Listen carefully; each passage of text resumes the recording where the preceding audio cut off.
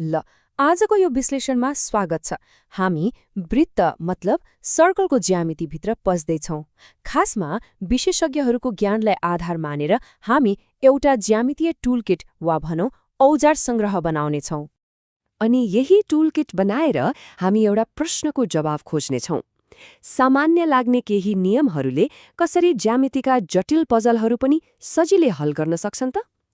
आउनुहोस् आधारभूत कुराहरूबाट सुरु गरेर बिस्तारै बिस्तारै जटिल प्रमाणहरू बनाउनेसम्म पुगौं। हाम्रो यात्राको नक्सा यस्तो हुनेछ।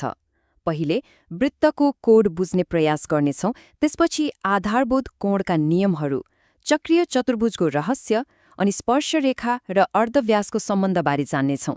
र अन्त्यमा यी सबैलाई जोडेर एउटा जटिल प्रमाण बनाउनेछौँ र हाम्रो ज्यामितीय मास्टर कीहरू के हुन् भनेर हेर्नेछौँ। ल सुरु गरौँ। पहिलो कुरा, यो यात्रा भनेको साध्य थ्योरम्सहरूलाई सुगारटान गरे जस्तो रट्ने होइन है, बरु तिनलाई वृत्तभित्र लुकेको तर्क खोल्ने मास्टर की जस्तै मानेर बुझ्ने हो। ठिक छ, हाम्रो टुलकिटमा पहिलो औजार थपौँ। यो औजार वृत्तभित्र बन्ने कोणहरू, जसलाई इन्स्क्राइब्ड एंगल्स भनिन्छ, त्यससँग सम्बन्धित छ। पहिलो मास्टर की एकदमै सरल छ।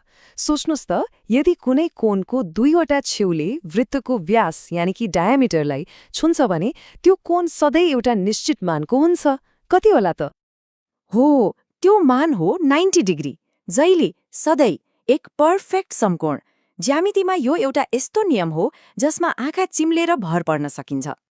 अब यो स्लाइडमा एउटा रमाइलो कुरा के छ भने हामीले त्यो 90 डिग्रीवाला नियमलाई मात्र प्रयोग गरेका छैनौँ।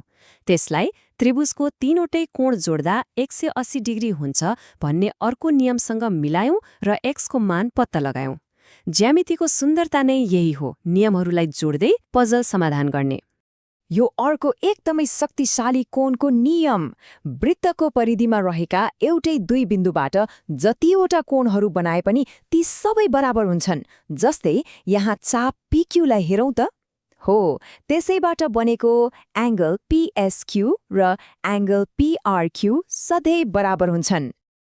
ल अब अलिकति अगाडि बढौँ। के हुन्छ होला जब हामी वृत्तभित्र चार भुजा भएको आकृति मतलब चतुर्भुज बनाउँछौँ? यो कुनै सामान्य चतुर्भुज होइन। यो एउटा विशेष प्रकारको चतुर्भुज हो जसको रहस्य यसका आम्ने सामनेका कोणहरू माने अपोजिट एंगल्सको सम्बन्धमा लुकेको हुन्छ। र त्यो सम्बन्ध के हो भने कुनै पनि चक्रीय चतुर्भुजमा आम्ने सामनेका कोणहरू जोड्दा सधैँ 180 डिग्री हुन्छ। यो नियम कहिल्यै कुनै पनि हालतमा परिवर्तन हुँदैन। त्यसो भए यसको मतलब के भयो त? यदि हामीलाई एउटा कोण थाहा छ भने त्यसको अपोजिट कोण निकाल्न 1 सेकेन्ड पनि लाग्दैन। हो, यसले हिसाबलाई एकदमै छिटो र सजिलो बनाइदिन्छ।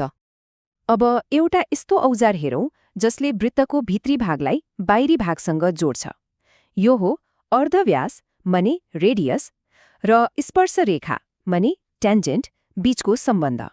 यसको सोझो अर्थ के हो भने वृत्तको छेउमा जहाँनेर अर्धव्यासले स्पर्शरेखालाई छुन्छ त्यहाँ सधैँ एउटा 90 डिग्रीको पर्फेक्ट समकोण बन्छ।